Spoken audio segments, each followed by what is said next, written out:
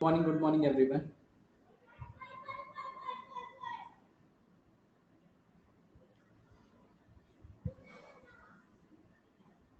तो last class में हम क्या कर रहे थे?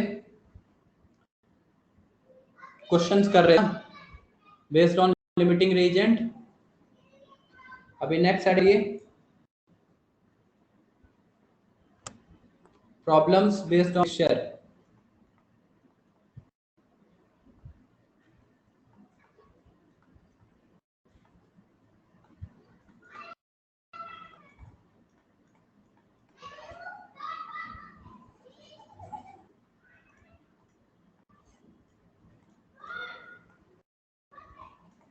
सो प्रॉब्लम्स बेस्ड ऑन मिक्सचर. देखिए, मिक्सचर में जो हमें कंपोजिशन कैलकुलेट करना है, तो कुछ अलग यहाँ पे लॉजिक नहीं है, सीधा नहीं नोट करिए, क्वेश्चन से करते हैं और समझते हैं उसको. क्वेश्चन लिखिए 44 gram of 44 gram sample 44 gram of sample 44 gram of sample of gas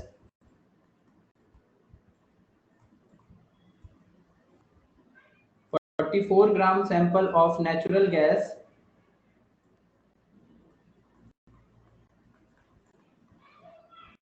consisting of CH4 and C2H2 C2H2 was burned in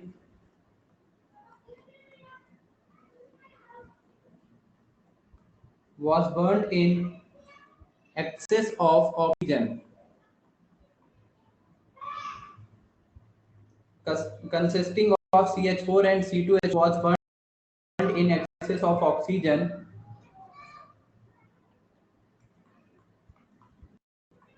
yielding 132 gram of CO2 and some H2O. Calculate the mole percentage of ethylene.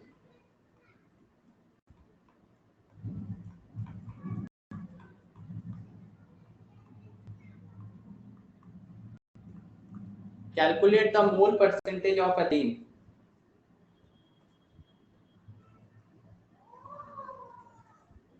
Calculate the mole percentage of the ethylene in a sample.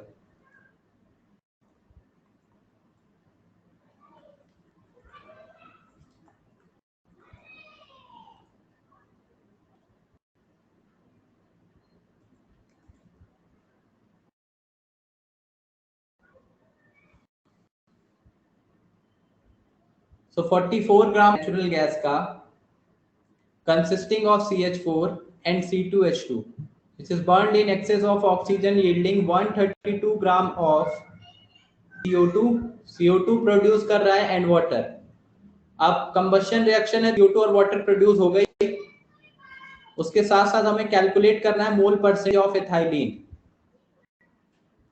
Mole percentage of ethylene in the sample. Sample में mole percentage ethylene का क्या होगा? आपके पास देखिए एक mixture है, किसका किसका, CH4 एंड CH2. इस दोनों मिक्सचर का 44 ग्राम है. तो अभी हम कुछ कर रहे हैं बेस्ड ऑन मिक्सचर. मतलब आपके पास एक ऐसा सैंपल है जिसमें CH4 एंड C2H2 दोनों प्रेजेंट है. CH4 and C2H2. Voice break हो रही है.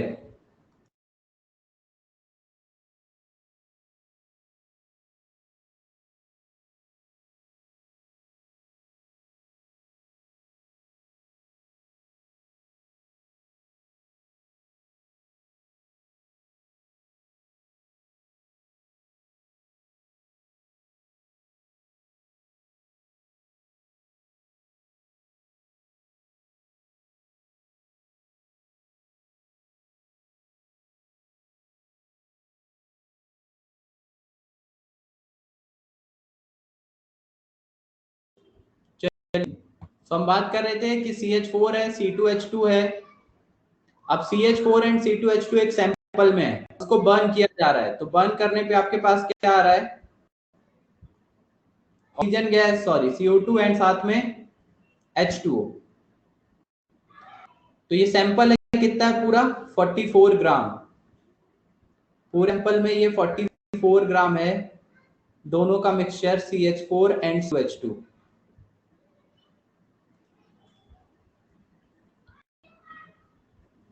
ग्राम CH4 एंड C2। देखिए अब रिएक्शंस लिखते हैं की, रिएक्शन लिखिए सब लोग, रिएक्शंस लिखो। क्या रिलेशन आएगा CH4 एंड C2H2 का? अगर आपके पास CH4 है और उसको हम बर्न कर रहे हैं in presence of oxygen, oxygen के प्रेजेंस में आपने बर्न किया तो आपको प्रोडक्ट क्या मिल रहा है? CO2 and water. दूसरा C2H2, ऑक्सीजन के प्रेजेंस में बर्न किया, क्या मिल रहा है? CO2 and. तो सबसे पहला काम क्या होगा अगर हमें स्टैचोमेट्री यूज करनी है? अभी क्लियर है ना वॉइस? अगर स्टैचोमेट्री यूज करनी है तो सबसे पहला स्टेप क्या होगा? बैलेंस।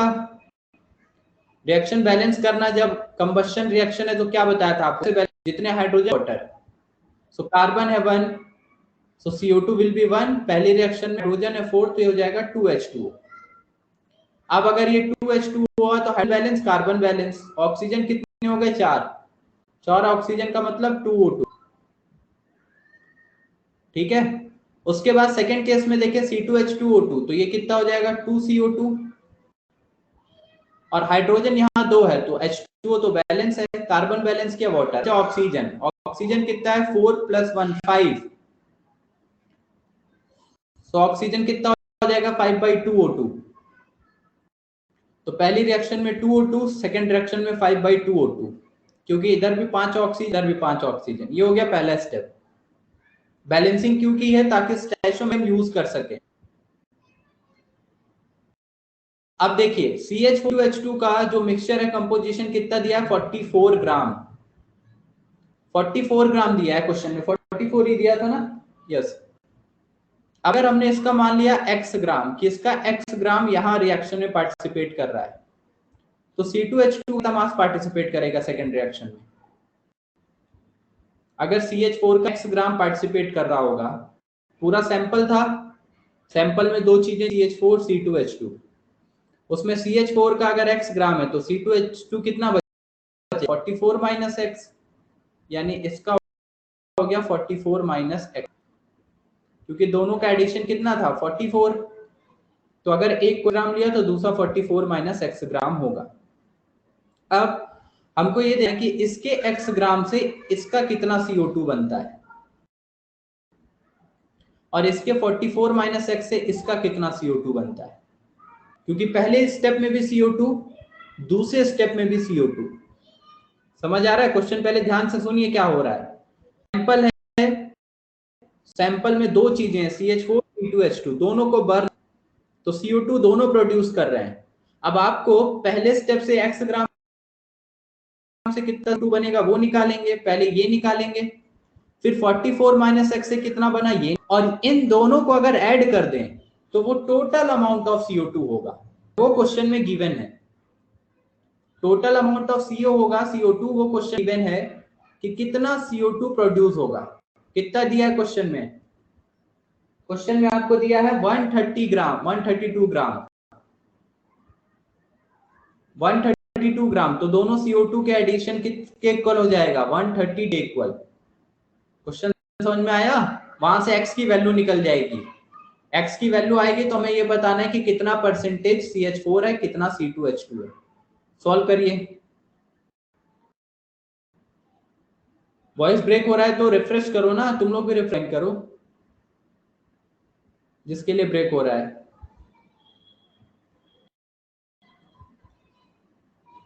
ट्राई करिए सब लोग। समझा दिया मैंने क्वेश्चन में क्या करना है। अब क्या रिपीट करना है, एक बार भी नहीं सुनाई दिया। CH4 के x ग्राम से कितना CO2 बना, C2H2 के 44 माइनस x ग्राम से कितना CO2 बना, दोनों के CO2 वैल्यू निकालेंगे x के टर्म्स में, और फिर वो दोनों CO2 को ऐड करके टोटल इक्वल कर देंगे। टोटल CO2 आपको क्वेश्चन में दिया 1, वहां से x की वैल्यू आ जाएगी, तो x की वैल्यू निकालिए, कैलकुलेट करिए x की वैल्यू कितना आ रहा है।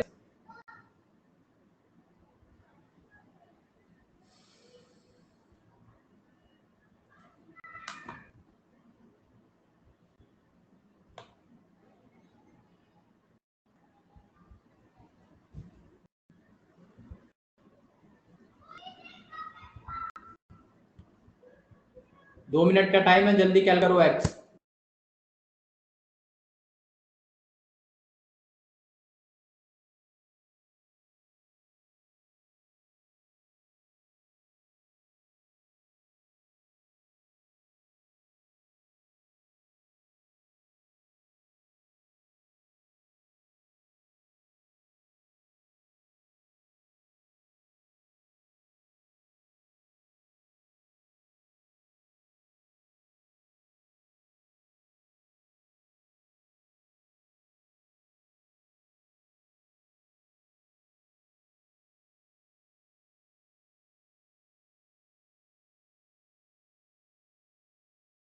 कितना आया x, 16 ग्राम। बाकी लोगों का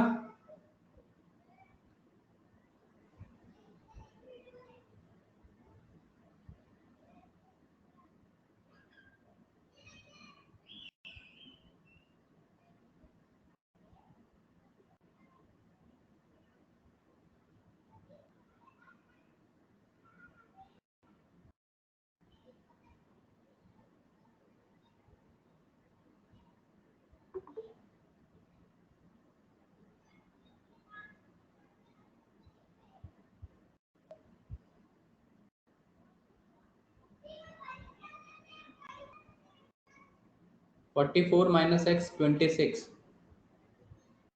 हाँ तो पहला अगर 16 आएगा तो दूसरा तो वही आएगा ना।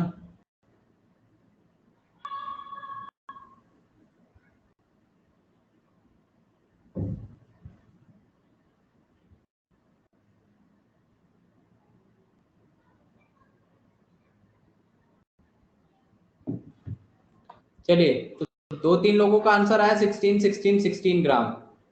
अब x ग्राम से इसका कितना बनेगा वो निकालना है, इसके 44 माइनस एक्स से इसका कितना बनेगा, और दोनों CO2 निकाल के हमको ऐड करना है। तो सॉल्व करते हैं। अभी हो गया, जिसने सॉल्व करना था कर लिया, अभी रुक जाइएगा, चुपचाप इधर देखिए।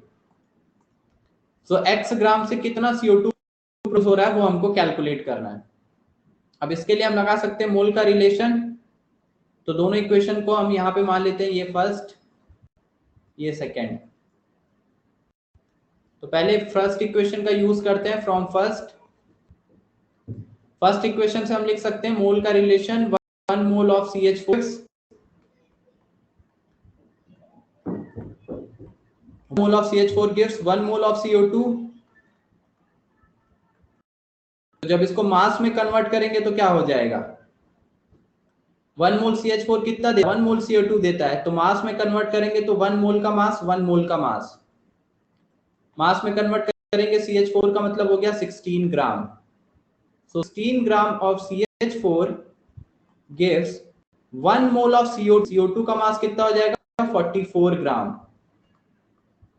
1 मोल का उसके GMM के इक्वल, यानी 44 ग्राम ऑफ CO2। तो 16 ग्राम ऑफ CH4 से 44 ग्राम CO2 मिलता है। सो 1 ग्राम से कितना मिलेगा, अगली लाइन लिखेंगे 1 gram of CH4।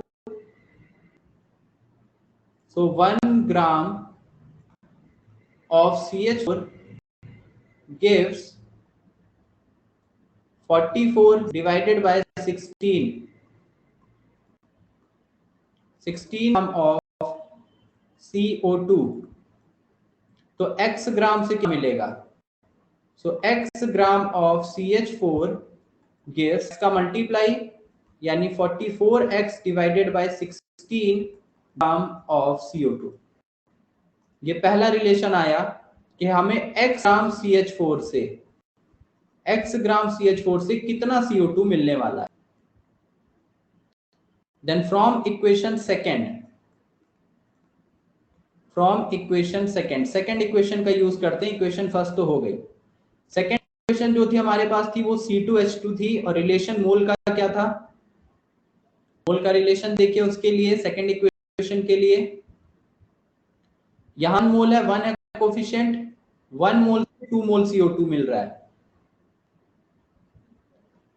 1 mole C2H2 से 2 मोल CO2 मिल रहा है। तो क्या रिलेशन लिखेंगे? 1 mole of C2H2 gives 2 mole of CO2। मास में कन्वर्ट करें, 1 मोल का मास C2H2 के लिए कितना आ जाएगा? कार्बन के लिए 12 इंटू 2 24 प्लस 2 26 यानी 26 gram of C2H2 gives 2 mole of CO2 का मतलब 88 ग्राम।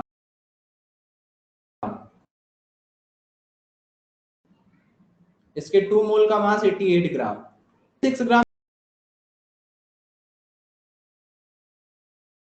मिलेगा 88/26 यूनिटरी मेथड नॉर्मल। अगर ग्राम से इतना मिल रहा है तो 44 माइनस x ग्राम से कितना मिलेगा? 44 माइनस x ग्राम भी हमको गिवन है कि 44 माइनस x ग्राम है C2H2 के लिए, तो इसमें मल्टीप्लाई हो जाएगा 44 माइनस x का।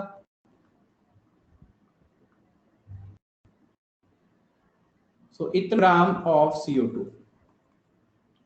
तो एक CO2 हमने यहां से निकाला इक्वेशन से, एक CO2 हमने इक्वेशन सेकंड से निकाला और दोनों का एडिशन जो होगा CO2 होगा। तो फ्रॉम फर्स्ट एंड सेकंड क्या लिखेंगे आगे? दो ऐड कर दीजिए। From first and second total CO2 from first and second total CO2 है क्वेश्चन में, टोटल CO2 132 ग्राम। तो दोनों को ऐड करेंगे, पहला कितना था 44x अपॉन एंड सेकंड कितना 44 माइनस x।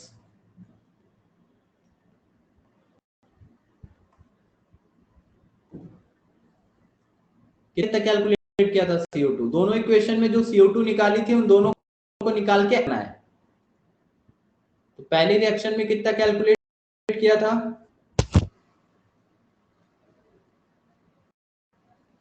फर्स्ट जो CO2 आई थी कितनी आई थी? 44 से x upon 16, second 44 minus x upon 88 26।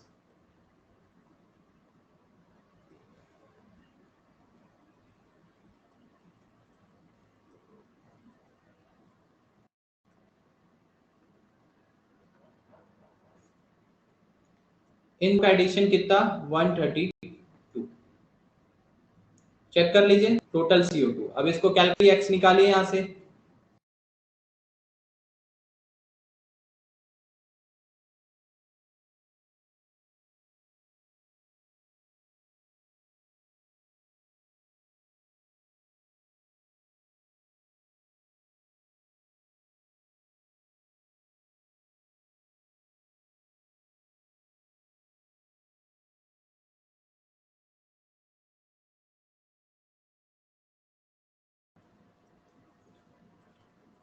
तो कितना आएगा रिलेशन यहां से कैलकुलेट करिए।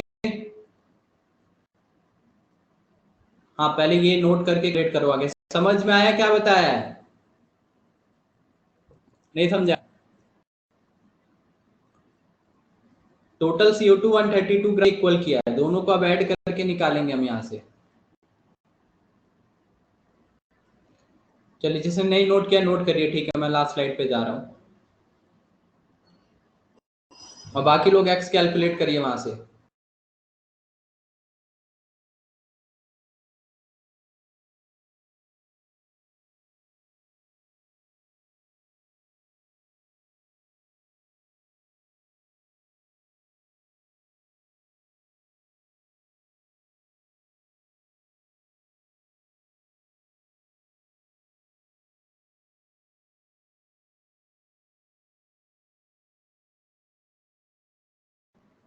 हो गया अक्षता?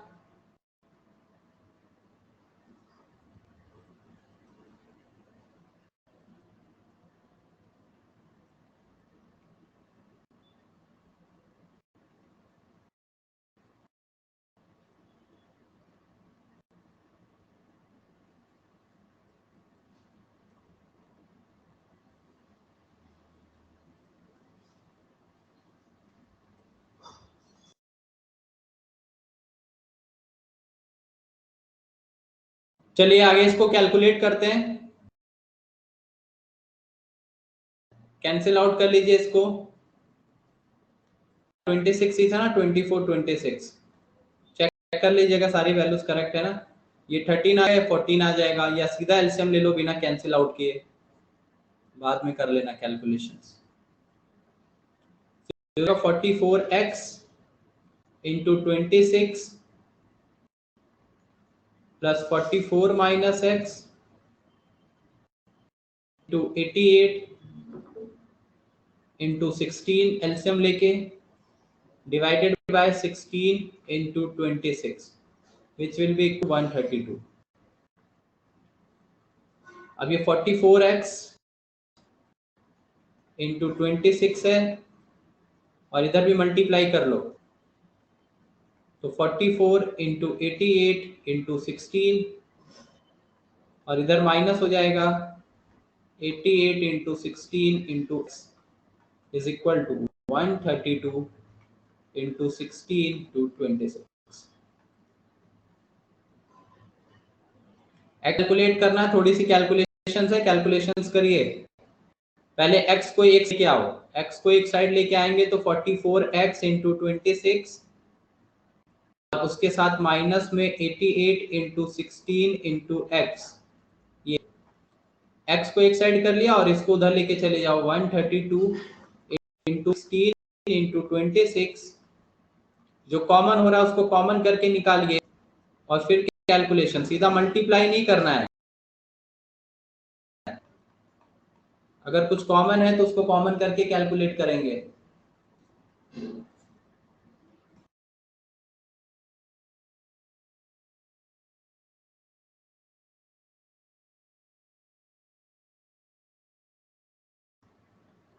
अब यहां से निकालो, देखो यहाँ पे 44 इंटू 26 है तो 44x कॉमन हो सकता है, करें अगर वो कॉमन हो गया तो बचेगा क्या, 26 केवल, और इधर 88 में से 44 चला गया तो बचेगा 16 इंटू 2 यानी 32। ये इज इक्वल टू, अगले में क्या कॉमन कर सकते हैं हम, 16 कॉमन कर सकते हैं, देन 44 कॉमन कर सकते हैं, 44 कॉमन कर सकते हैं, तो 16 इंटू 44 कॉमन कर लो, बचेगा क्या, बच जाएगा 16 इंटू 44 गया तो ये हो जाएगा 3 इंटू 26, 3 इंटू 26 माइनस यहां से 16 इंटू 40 कर लिया तो बच गया 88। अब ये 44 45 कैंसिल आउट, 26 माइनस 32 हो जाएगा minus 6x is equal to 16 into या 78 माइनस 88, 78 माइनस 88। कैलकुलेशन देखिए एकदम इजी है, वहां पे सीधा मल्टीप्लाई करते हुए तो फिर तो लेंदी हो जाएगा, जो कॉमन हो रहा है उसको हमने बाहर निकाला, 26 इंटू 3 हो जाएगा यहाँ पे, और उसके साथ साथ क्या बच जाएगा यहाँ 80, 16 इंटू 44 तो 78 माइनस 88 10 यानी कि 6 इंटू 10 160 माइनस के साथ माइनस से माइनस कैंसिल, तो x की कितनी आई 160 अपॉन 6 यानी कितना आ जाएगा x 40, तो 26.66 ग्राम के इक्वल ये आंसर होगा। एक्स की वैल्यू ये आई है। चेक करिए सब लोग सारी कैलकुलेशन। किसी स्टेप में डाउट है तो पूछो।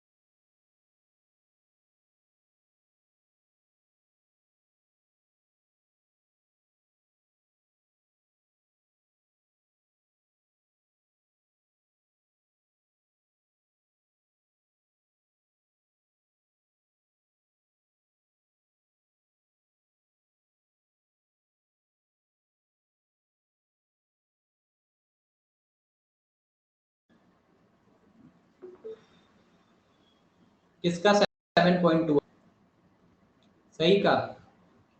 कैलकुलेशन चेक करिए सब लोग। क्या किया आपने? पूरा मल्टीप्लाई कर दिया सब कुछ एक साथ में।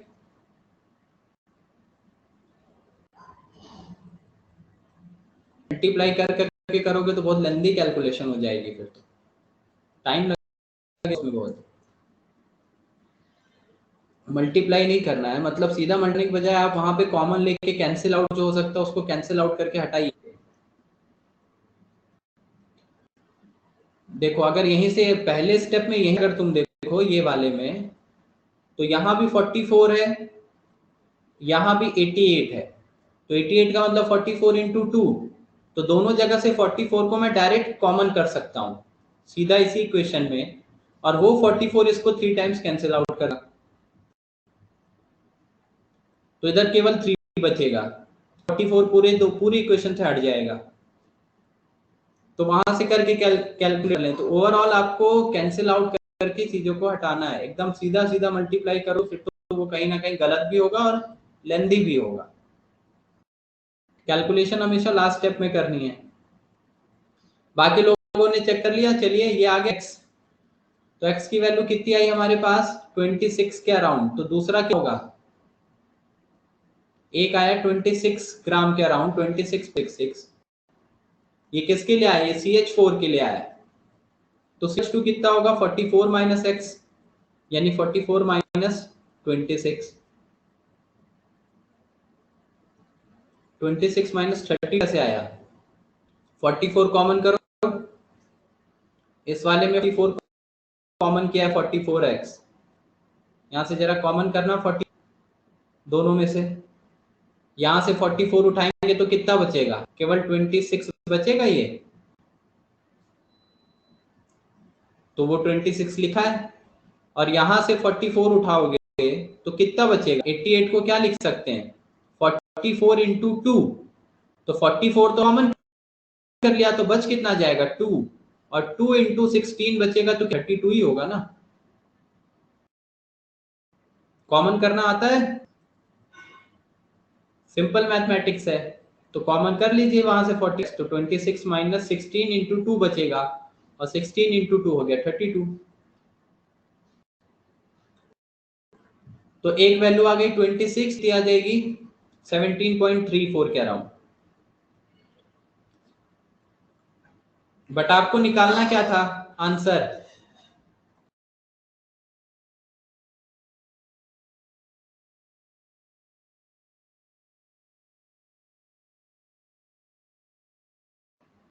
समझ में आया? जितने लोगों ने ऊपर आंसर निकाला था 16 ग्राम 16 ग्राम 16 ग्राम, अक्षता, श्रावणी, तन्वी की वैल्यू सबकी 16 आई थी, या 28 26। समझ में आया क्या किया इक्वेशन में? पूरे क्वेश्चन में दोनों इक्वेशन से CO2 का कितना बनेगा वो निकाला है, x के टर्म्स में आया वो, और फिर टोटल के इक्वल किया उसको, वहां से x की वैल्यू कैलकुलेट कर रहे हैं। तुम लोग का आंसर डायरेक्ट कैसे आ गया था 16? 16 कितना निकाला था? 16 ही निकाला था ना। 16। जिन लोगों ने 16 बताया था उनका आंसर आया था डायरेक्ट 16।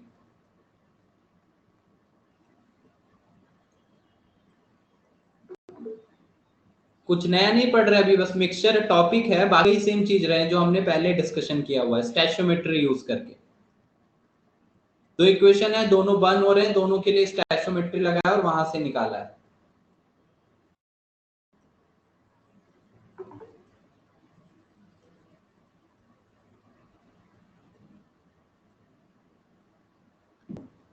अभी किसको नहीं समझ में आया?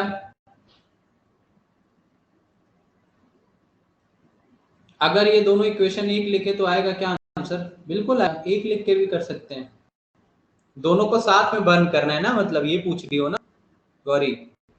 दोनों को साथ में, मतलब C2H2 भी लिखा, C2H4 भी लिखा, उसको O2 के साथ बर्न किया, तो दोनों से कितनी CO2 बनेगी वो निकालना पड़ेगा आपको। लगाना यही लॉजिक है, लॉजिक तो यही लगाना पड़ेगा। एक का x लेंगे तो दूसरा 44 माइनस एक्स होगा। नहीं पता है मुझे नेक्स्ट टेस्ट का सिलेबस।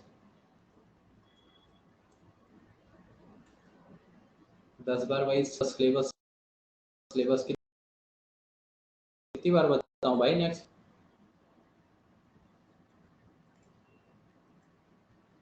चलो अगला आंसर तो बताओ इसका फाइनल। ये तो एक्स नहीं है, फाइनल आंसर अभी नहीं आया है। क्वेश्चन पढ़िए, लास्ट लाइन क्या लिखा है। Calculate percentage mole of CH4, CH4 है ना, नहीं C2H2, percentage mole of ethylene C2H2 in sample. जो सैंपल है उसमें परसेंटेज बाय मोल कितना वो प्रेजेंट है, मास आया है दोनों का। अभी हमें ये देखना है कि अगर मोल के हिसाब से देखें तो कितना परसेंट C2H2 है और कितना परसेंट CH4 है। कैसे निकालेंगे परसेंटेज बाय मोल सैंपल में? अगर दोनों का मास आ चुका है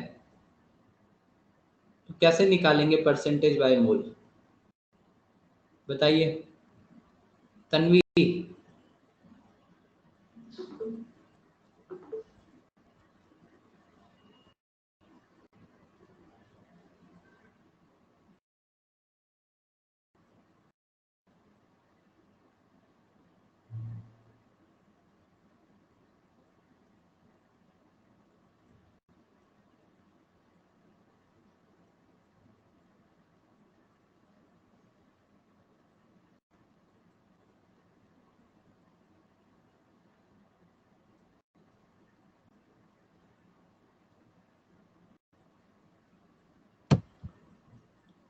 परसेंटेज कंपोजिशन,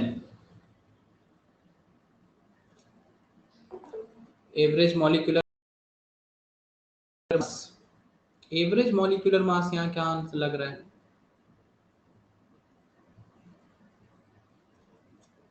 मैं क्या पूछ रहा हूँ, पीओ नहीं दे रहा है। अब ये फालतू सवाल और किसी ने किया तो भगा दूंगा मैं क्लास से। और कितने दिन चलेगा, क्या होगा? अरे तुमको पढ़ने मतलब है, कितने दिन चलेगा से क्या मतलब है? पूछ रहा हूं मैं, परसेंटेज बाय मोल कैसे कैलकुलेट करना वो बताओ। कितना करके क्या करना है? कहीं जाना है?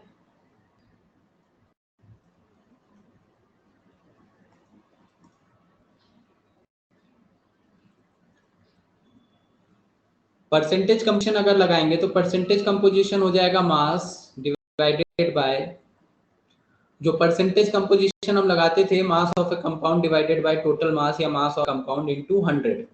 वहां से परसेंटेज कंपोजिशन से वो मास परसेंटेज आ जाएगा। मोल का रिलेशन हमको फाइंड आउट करना है, तो रिलेशन निकालने के लिए हम क्या कर सकते हैं, कितने कितने परसेंट। अगर दोनों का मोल्स निकाल सकते हैं ये बताइए। दोनों का मास तो पता है, दोनों पता है, क्या दोनों के मोल्स कैलकुलेट किए जा सकते हैं?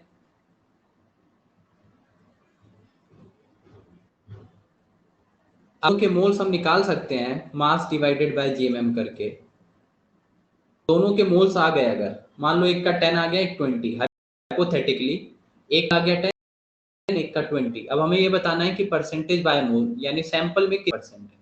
तो परसेंटेज कैसे निकालते थे? तो जो मोल आया है divided by total moles into 100। Mole percentage निकालना है। कितना कैलकुलेट करिए, चलिए देखिए इधर बताइए कितना है।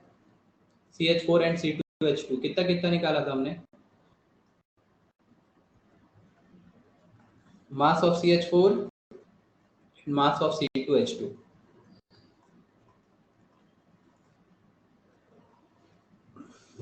CH4 हमारे पास था 17.34 ग्राम and this one is 26.66 ग्राम।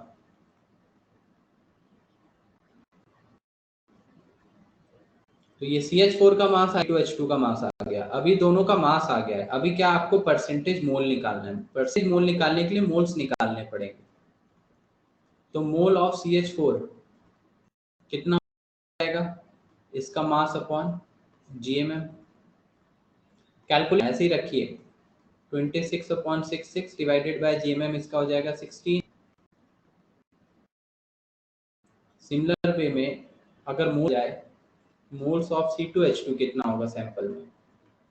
तो C2H2 हो जाएंगे इसका मास डिवाइडेड बाय इसका GMM। इसका GMM कितना? 26। अब ये इसके मोल्स आ गए, ये इसके मोल। परसेंटेज मोल निकालना है। परसेंटेज निकालने का सिंपल तरीका क्या होता है कि परसेंटेज बाय मोल जिसका भी निकालना है, परसेंटेज बाय मोल ऑफ, अगर C2H4 का परसेंटेज निकालना है तो क्या लिखा जाएगा? Moles of C2H4 moles of C2H4 divided by total moles into 100। लगाइए।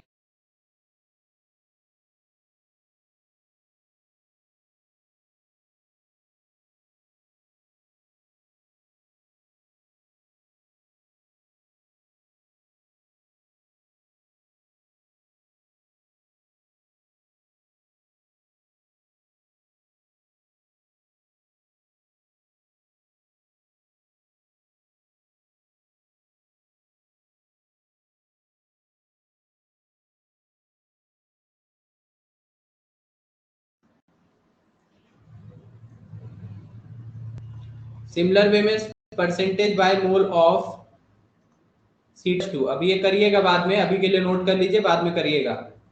एक ही क्वेश्चन में पूरा टाइम चला गया। जैसे नॉर्मल परसेंटेज निकालते हैं, कोई फॉर्मूला नहीं है, ये नॉर्मल परसेंटेज निकालने का तरीका है। किसी भी परसेंटेज निकालना हो तो उसके number divided by total number into 100 करते हैं। तो ये C2H2 के लिए हो गया, ये इसका परसेंटेज मोल हो गया। अभी आगे कैलकुलेट करिएगा, स्पेस छोड़ दीजिए इसे।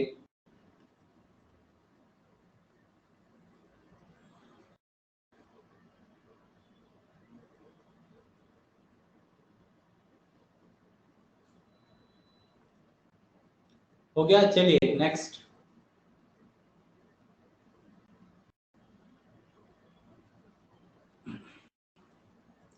Next question.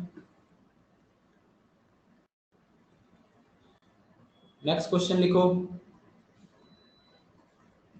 4 gram of mixture of CaCO3। Question लिखिए। 4 gram of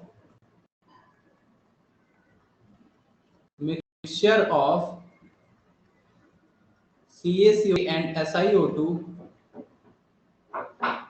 4 gram of mixture of CaCO3 and SiO2 is treated with HCl, treated with HCl.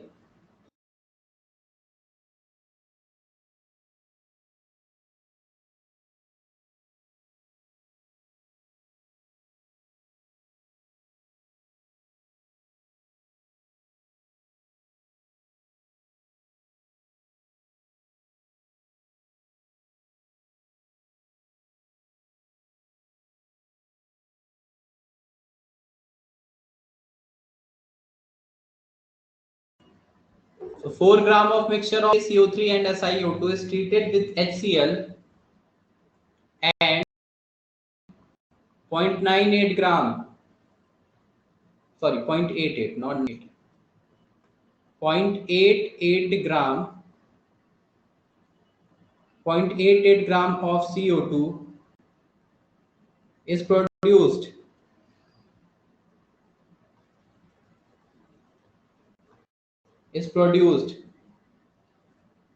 Calculate the percentage of CaCO3.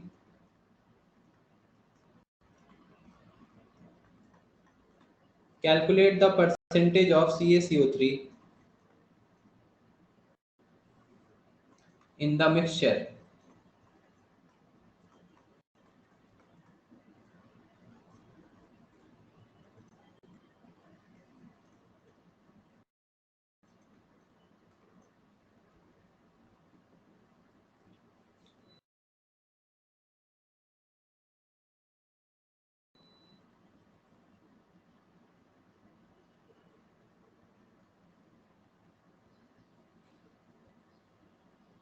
हाँ, percentage by percentage of CaCO3 in mixture, percentage by mass he calculate करना है CaCO3 का, percent by mass है CaCO3 sample. तो देखिए reaction यहाँ पे ये है कि CaHCl के साथ ट्रीट करते हैं तो CaCl2 plus H2O plus CO2 ये बनता है। बट अगर आप SiO2 को HCl के साथ ट्रीट करते हैं तो कोई रिएक्शन नहीं होती। तो अब आपके पास सैंपल क्या है? सैंपल में दो चीजें हैं, क्या क्या? CaCO3 plus SiO2। मिक्सचर लिया गया है इसका 4 ग्राम। ध्यान से पहले क्वेश्चन समझ लीजिए। 4 ग्राम मिक्सचर है CaCO3 SiO2 का और उसको HCl के साथ आपने ट्रीट किया। तो पहली तो रिएक्शन होती है, सेकंड में रिएक्शन ही नहीं हो रही है, यहां लिखा है नो रिएक्शन।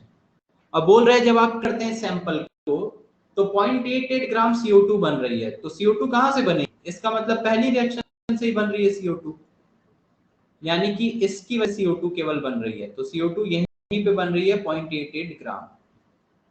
आपको पूछा है कि सैंपल में कितना परसेंट CaCO3 होगा बाय मास। सेम वैसे ही करना है। अगर इसको मैंने ले लिया x ग्राम सैंपल में तो SiO2 कितना हो जाएगा? 4 ग्राम। अब इसके x ग्राम से कितना CO2 बनना चाहिए वो निकालो और वो 0.88 के इक्वल, वहां से x की वैल्यू निकालनी है। x की वैल्यू आ जाएगी तो परसेंटेज आ जाएगा। समझ में आया क्या बोला?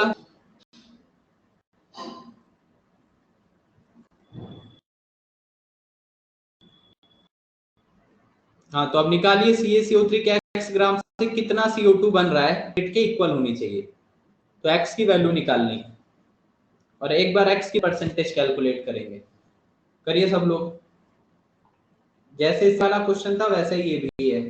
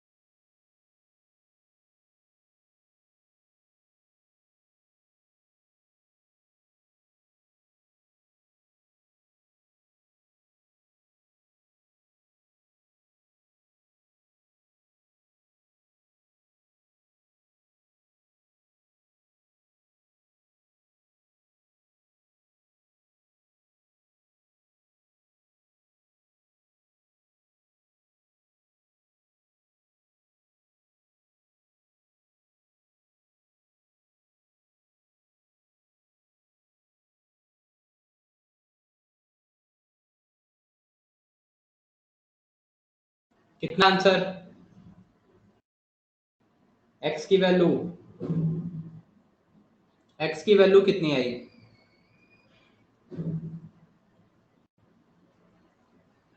x is 2.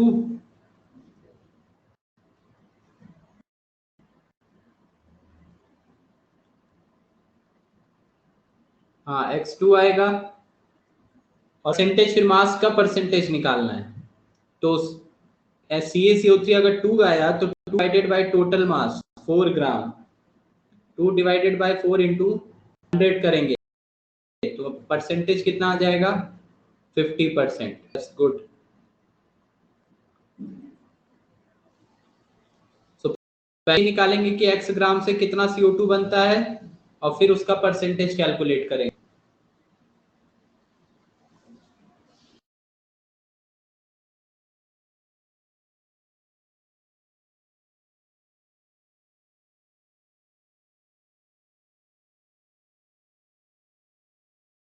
तो अगर यहाँ पे कैलकुलेट करेंगे हम कि x ग्राम से कितना बन रहा है, तो पहले रिलेशन लिखा जाएगा कि 1 मोल CaCO3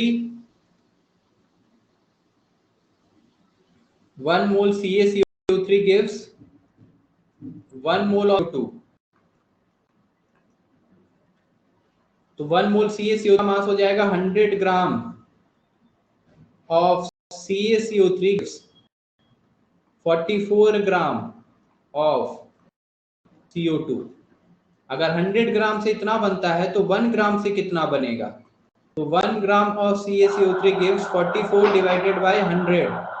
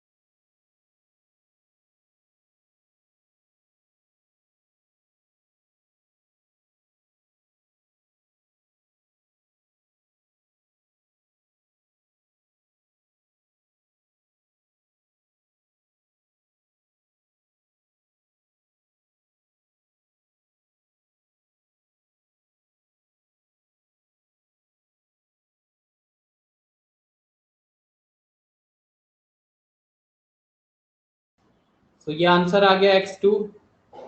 जिसका नहीं आया नोट करिए जल्दी।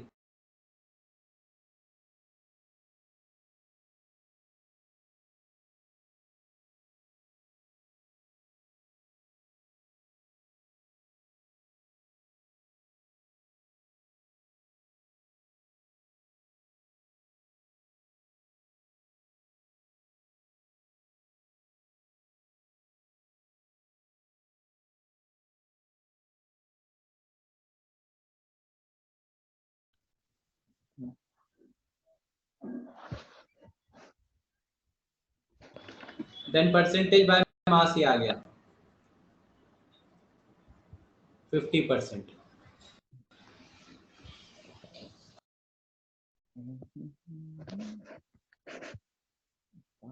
नोटेड। चलिए फिर क्लास खत्म कर रहा हूं मैं। इसके आगे बुकलेट सॉल्व करनी है हमको।